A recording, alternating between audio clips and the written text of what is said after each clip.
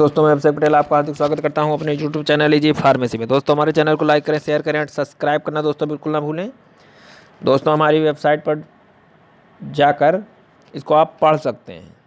Video में तो YouTube channel पर पढ़ सकते हैं, बाकी आप विजुअली जो है वेबसाइट पर पढ़ सकते हैं। वेबसाइट हमारी है www.easypharmacystudy.online। फेसबुक पेज पर भी आप इसको पढ़ सकते हैं, पटेल स्टडी।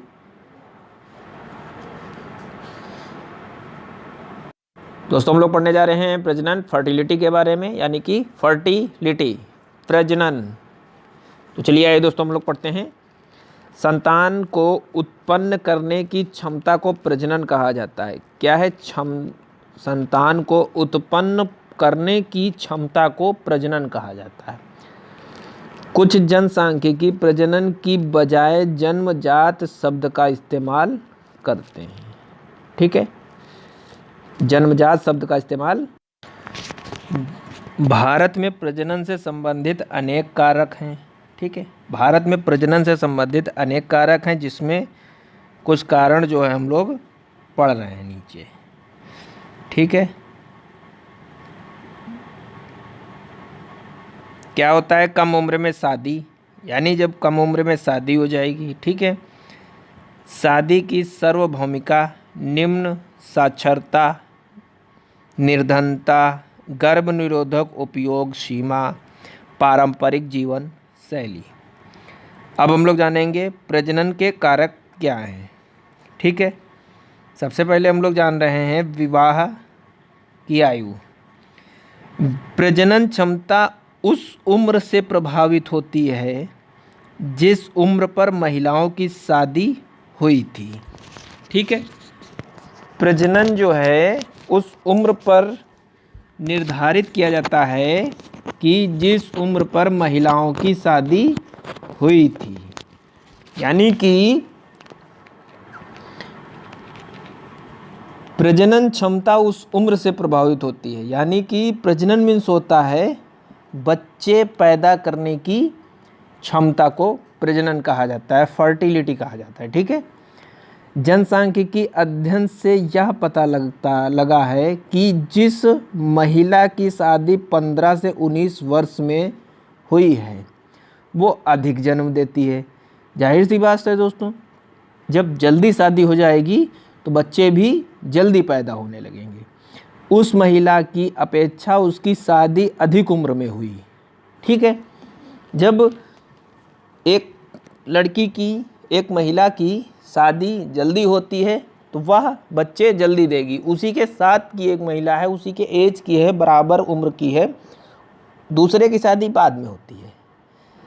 जब पहली वाली के जल्दी बच्चा हो गया तो दूसरी वाली की शादी जब बाद में हुई तो जब पहली महिला के बच्चे 2 हो जाएंगे तब बाद वाली महिला के बच्चे 1 होंगे। तो यानी कि जो पहली महिला थी उसमें बच्चे पैदा करने की क्षमता अधिक होगी।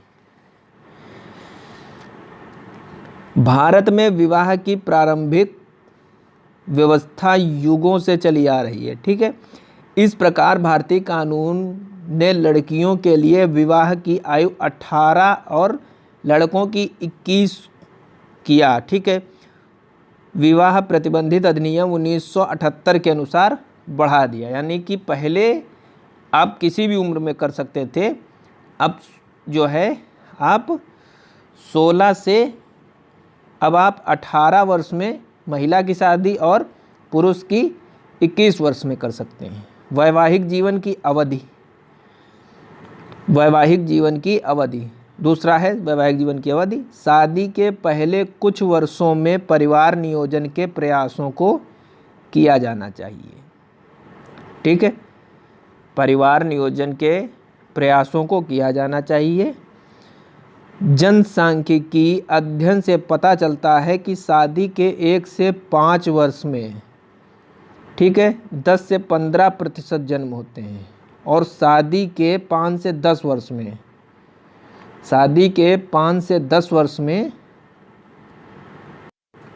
10 वर्ष में 50 से 55% जन्म होते हैं।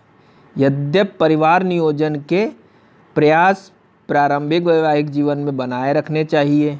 ठीक है, परिवार नियोजन के प्रयास से क्या मतलब है? यहाँ पे परिवार नियोजन के प्रयास से क्या मतलब है? यानी कि गर्भ निरोधक विधियों का प्रयोग करना। 1 से 5 शादी के 1 से 5 वर्ष तक आप जो है गर्भ निरोधक विधियों का प्रयोग करें, जिससे प्रजनन कम होगा।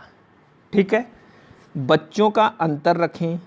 दूसरा क्या है? बच्चों का अंतर। प्रत्येक बच्चे के जन्म के बीच में उच्चतम अंतर बनाए रखकर प्रजनन दर को प्रभावित रूप से कम किया जा सकता है। यानी कि बच्चा पैदा करने की क्षमता को कम किया जा सकता है। कैसे? जब आप 1 से 2 बच्चों के बीच में अंतर पर्याप्त होगा तभी। यह कदम माँ और बच्चे के स्वास्थ्य में वृद्धि करता है। ठीक है। शैक्षिक स्तर क्या होना चाहिए? किसी महिला की प्रजनन दर और उसका शैक्षिक स्तर नकारात्मक रूप से यह संबंध होता है। भारत के रजिस्ट्रार जनरल द्वारा राष्ट्रीय स्तर पर किए गए अध्ययनों से पता चलता है कि शहरी साक्षर आबादी की प्रजनन दर 2.60% है, जबकि शहरी निरक्षर आबादी 4.15% है। अब हम लोग जानते हैं आर्थिक स्तर के बारे में। शैक्षिक स्तर की तरह ही आर्थिक स्तर भी प्रजनन के व्युत्क्रमानुपाती होता है। आर्थिक विकास के कारण घर के प्रजनन व्यक्ति के खर्चे में वृद्धि होती है। ठीक है। जब प्रजनन दर अधिक होगी तो घर के खर्चे भी अधिक होंगे, जिससे आर्थिक स्तर कमज़ोर हो जाएगा। यह देखने के बाद जनसंख्या वृद्धि और प्रजनन दर घटती है। ठीक है। जब आपका आर्थिक स्तर कमज़ोर होता चला जा रहा है या कमज़ोर होता जाएगा, तो आप जाहिर सी बात है प्रजनन दर कम करेंगे। ठीक है। जिससे जनसंख्या वृद्धि कम होगी। धर्म और जाति।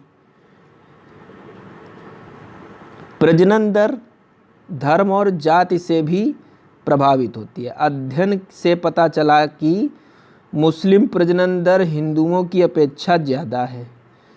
मुस्लिम प्रजनन दर हिंदुओं की अपेक्षा ज़्यादा है, जो कि क्रिश्चियन से अधिक है। ठीक है। क्रिश्चियन में और भी कम है, हिंदुओं में और ज़्यादा है, क्रिश्चियन से ज़्यादा है। हिंदुओं में प्रजनन दर निम्न जाति में उच्च जाति की अपेक्षा ज़्यादा होता है। ये धार्मिक बात है दोस्तों, इसको हम लोग डिस्कस नहीं कर सकते। पोषण की स्थिरता। प्रजनन दर अप्रत्यक्ष रूप से पोषण की स्थिर से संबंधित है। खराब पोषित समाजों में उचित पोषक तत्व करने वाले समाजों की तुलना में प्रजनन दर अधिक होती है। यानी कि जहाँ पर खराब पोषण होगा वहाँ पर प्रजनन दर कम होगी, और जहाँ अच्छा होगा वहाँ ज़्यादा होगी। परिवार नियोजन क्या है? फैमिली प्लानिंग क्या है?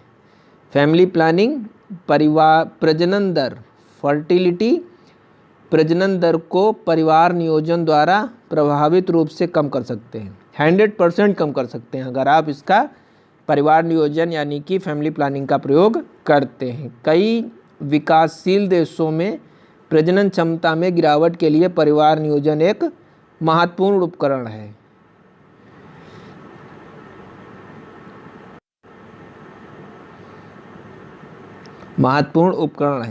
तो दोस्तों नेक्स्ट लेक्चर में हम लोग परिवार नियोजन के बारे में विस्तृत जानकारी प्राप्त करेंगे और अच्छे से जानेंगे परिवार नियोजन क्या है और हम लोगों को परिवार नियोजन का प्रयोग करना चाहिए।